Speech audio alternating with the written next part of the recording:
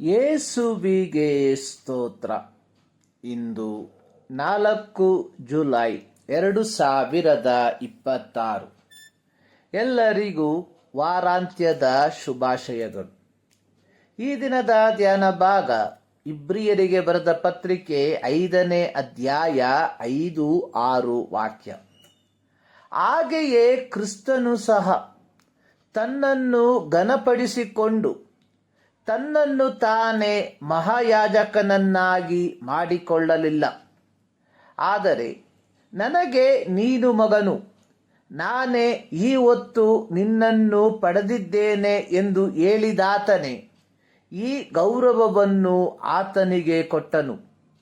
ಆತನು ಇನ್ನೊಂದು ಸ್ಥಳದಲ್ಲಿ, ನೀನು ಸದಾಕಾಲವೂ ಮೆಲ್ಕಿಜೆದೇಕನ ತರಹದ ಯಾಜಕನು ಎಂದು ಹೇಳುತ್ತಾನೆ.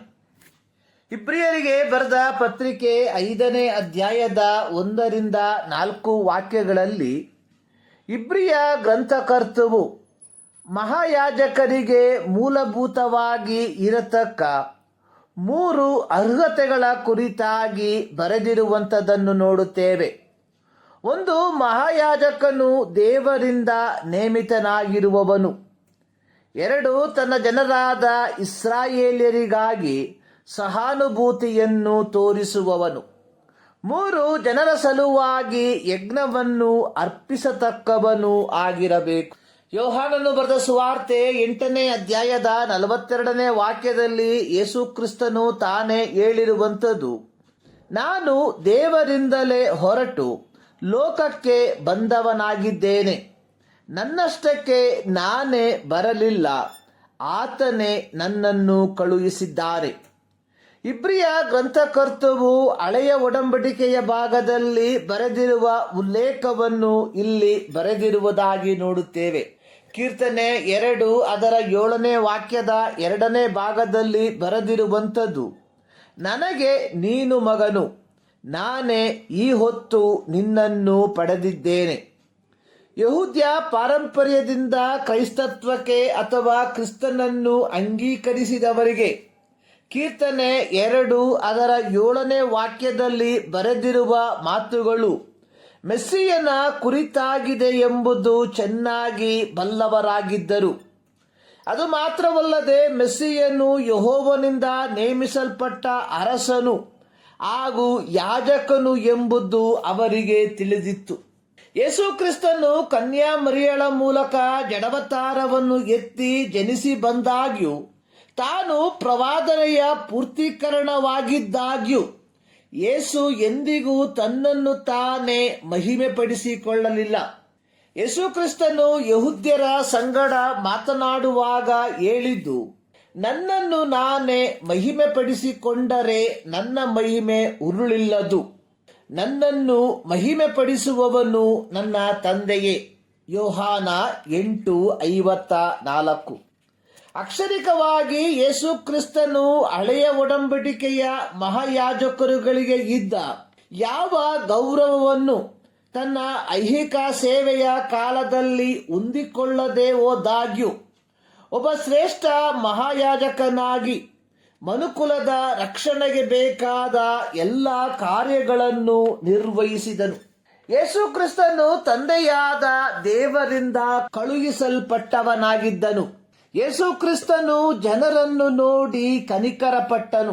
ಹಳೆಯ ಒಡಂಬಡಿಕೆಯ ಮಹಾಯಾಜಕನು ಓತಗಳ ಹೋರಿಗಳ ರಕ್ತವನ್ನು ತೆಗೆದುಕೊಂಡವನಾಗಿ ಮಹಾಪರಿಶುದ್ಧ ಸ್ಥಳಕ್ಕೆ ಪ್ರವೇಶಿಸುತ್ತಿರಲಾಗಿ ಯೇಸು ಕ್ರಿಸ್ತನೆಂಬ ಮಹಾಯಾಜಕನು ಓತಗಳ ಮತ್ತು ಹೋರಿಗಳ ರಕ್ತವನ್ನು ತೆಗೆದುಕೊಳ್ಳದೆ ಸ್ವಂತ ರಕ್ತವನ್ನು ತೆಗೆದುಕೊಂಡು ನಮಗೋಸ್ಕರ ನಿತ್ಯ ವಿಮೋಚನೆಯನ್ನು ಸಂಪಾದಿಸಿಕೊಂಡವನಾಗಿ ಒಂದೇ ಸಾರಿ ದೇವರ ಸನ್ನಿಧಾನಕ್ಕೆ ಪ್ರವೇಶಿಸಿದನು. ಇಬ್ರಿಯ 9:12. ತಂದೆಯಾದ ದೇವರು ಯೇಸು ಕ್ರಿಸ್ತನನ್ನು ಮೆಲ್ಕಿಜೆದೇಕನ ತರಹದ ಮಹಾಯಾಜಕನಾಗಿ ಗೌರವಿಸಿದನು. ಮೆಲ್ಕಿಜೆದೇಕನ ಕುರಿತಾಗಿ ಸತ್ಯವೇದದಲ್ಲಿ ಸಂಕ್ಷಿಪ್ತವಾಗಿ ಬರೆದಿರುವುದನ್ನು ಕಾಣುತ್ತೇವೆ.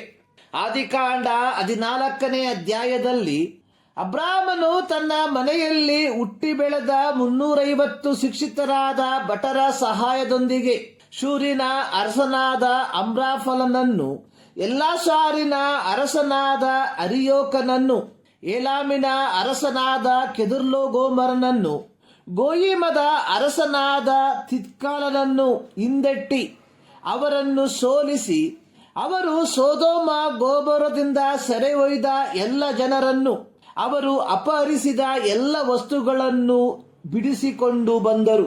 ಅಬ್ರಾಮನು ಯುದ್ಧವನ್ನು ಜಯಿಸಿ ಹಿಂತಿರುಗಿ ಬರುತ್ತಿರುವಾಗ ಸಾಲೇಮಿನ ಅರಸನಾದ ಮೆಲ್ಕಿಜೆದೇಕನು ಅಬ್ರಾಮನನ್ನು ಎದುರುಗೊಂಡು ರೊಟ್ಟಿಯನ್ನು ದ್ರಾಕ್ಷಾರಸವನ್ನು ಕೊಟ್ಟನು. ಇವನು ಪರಾತ್ಪರನಾದ ದೇವರ ಯಾಜಕನಾಗಿದ್ದು ಅಬ್ರಾಮನನ್ನು ಆಶೀರ್ವದಿಸಿದನು.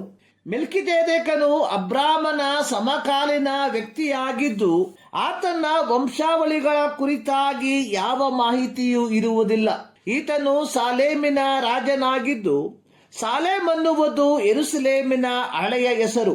ಈತನು ಪರಾತ್ಪರನಾದ ದೇವರ ಯಾಜಕನೂ ಆಗಿದ್ದು, ಆರೋನನ ಯಾಜಕ ಸೇವೆಯು ಆರಂಭವಾಗುವುದಕ್ಕಿಂತಲೂ ಅನೇಕ ಶತಮಾನಗಳ ಹಿಂದೆಯೇ ಆರಂಭವಾಗಿದ್ದು ಅದು ಅಂತ್ಯವಿಲ್ಲದಾಗಿದೆ. ಮೋಶೆಯ ಕಾಲದಿಂದೀಚೆಗೆ ಆರಂಭವಾದ ಯಾಜಕ ಸೇವೆಯು AD 70ರಲ್ಲಿ, ಅಂದರೆ ದೇವಾಲಯವು ಸಂಪೂರ್ಣವಾಗಿ ನಾಶವಾದ ತರುವಾಯ ಮುಕ್ತಾಯಗೊಂಡಿತು. ಆರೋನನು ಕೈಯಿಂದ ಕಟ್ಟಿದ ತಾತ್ಕಾಲಿಕವಾದ ದೇವಾಲಯದಲ್ಲಿ ಯಾಜಕ ವೃತ್ತಿಯನ್ನು ನಡೆಸುತ್ತಿದ್ದನು. ಆದರೆ ಮೆಲ್ಕಿಜೆದೇಕನ ವೃತ್ತಿ ಶಾಶ್ವತವಾದದ್ದು ಆಗಿದೆ. ಹೀಗಿರಲಾಗಿ ಮೆಲ್ಕಿಜೆದೇಕನ ಯಾಜಕತ್ವವು ಯೇಸುಕ್ರಿಸ್ತನೊಂದಿಗೆ ಉತ್ತಮ ಹೋಲಿಕೆಯನ್ನು ಒಳಗೊಂಡಿರುವಂತದಾಗಿದೆ. ಇಬ್ರಿಯ ಗ್ರಂಥಕರ್ತವು ಯಹೂದ್ಯ ಕ್ರೈಸ್ತರಿಗೆ ಯೇಸುವಿನ ಶ್ರೇಷ್ಠತೆಯನ್ನು ಈ ಮೂಲಕ ಪುನಃ ದೃಢಪಡಿಸುವವನಾಗಿದ್ದಾನೆ.